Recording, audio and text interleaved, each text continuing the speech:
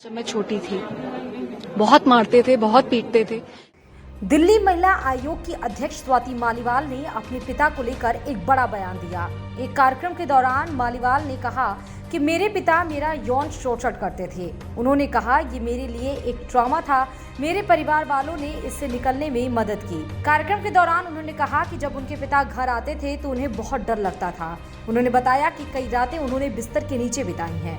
दरअसल दिल्ली महिला आयोग ने अपने बचपन की तीखी यादों को कुदेरते हुए बताया कि उन्हें अभी तक याद है कि जब उनके पिता घर पर जाते थे तो वो बहुत गुस्से में रहते थे और बिना बात के उनकी चोटी पकड़कर दीवार में लड़ा देते थे। उन्होंने ये भी बताया कि उस दौरान खून बहता रहता था, बहुत तड़प महसूस होती थी। बताया कि उस दौरान जब उनके साथ गलत हो रहा था तो एक ही बात मन में चलती रहती थी कि कैसे इस सिस्टम को बदलना है और कैसे इन लोगों को सबक सिखाना है। दिल्ली महिला आयोग की अध्यक्ष स्वाति मालीवाल ने बताया कि उस बचपन में उनके साथ जो हुआ वो बहुत भयानक था। उससे बाहर निकल पाना बहुत मुश्किल था, लेकिन उस वक्त मेरी माँ और मेरी बाकी परिवार वालों ने उस ट्रामा से निकलने में मदद की थी। इस दौरान उन्होंने बताया कि इस ट्रामा से निकलने में खास तौर पर उनकी नानी और नाना ने बहुत मदद की। मालीवाल ने कहा कि अगर ये सब मेरी मदद ना करते तो आज मैं आप सबके बीच खड़ी होकर इतने बड़े बड़े काम ना कर पाती। कार्यक्रम के दौरान बोलते हुए मालीवाल ने कहा कि जब किसी पर बहुत अत्याचार होता है तो यह अत्याचार बहुत बड़ा बदलाव भी लेकर आता है। उन्होंने कहा कि इससे आपके अंदर एक आग जग जाती है जो इतनी पावरफुल होती है कि आपकी जिंदगी बदल कर रख देगी। इस दौरान उन्होंने ये भी कहा कि इंसान के जीवन का हर संघर्ष उसे बेहतर बनाता है और लड़ना सिखाता है।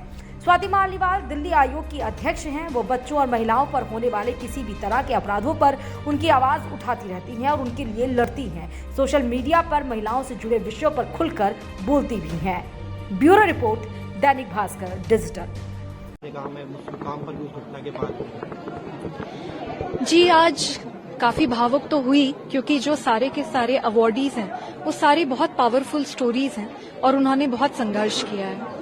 मेरे अपने फादर मेरा यौन शोषण करते थे जब मैं छोटी थी। बहुत मारते थे, बहुत पीटते थे।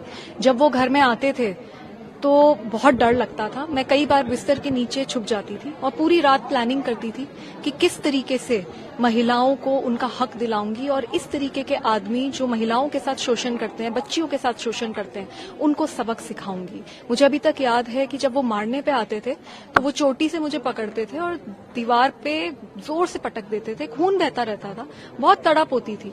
लेकिन मेरा ये मानना है कि एक इंसान जब बहुत अत्याचार सहता है तभी वो दूसरों का दर्द समझ पाता है और तभी वो उसके अंदर एक ऐसी आग जागृत होती है जिससे कि वो ये पूरा सिस्टम हिला पाता है। शायद मेरे साथ भी यही हुआ और हमारे जितने भी अवार्डीज हैं उन सबकी भी कुछ ऐसी ही कहानी है। संघर्ष के साथ जिंदगी को कैसे जीना है और कैसे एक सकारात्मक सोच आगे लेके चलनी है, ये सारे हमारे अवार्डीज ने हमको आज प्रेरणा दी है। मैं बहुत छोटी थी। मेरे फादर के साथ जब तक मैं रही, क्लास 4th तक मैं उनके साथ रही, तब तक ये काफी बार होता था।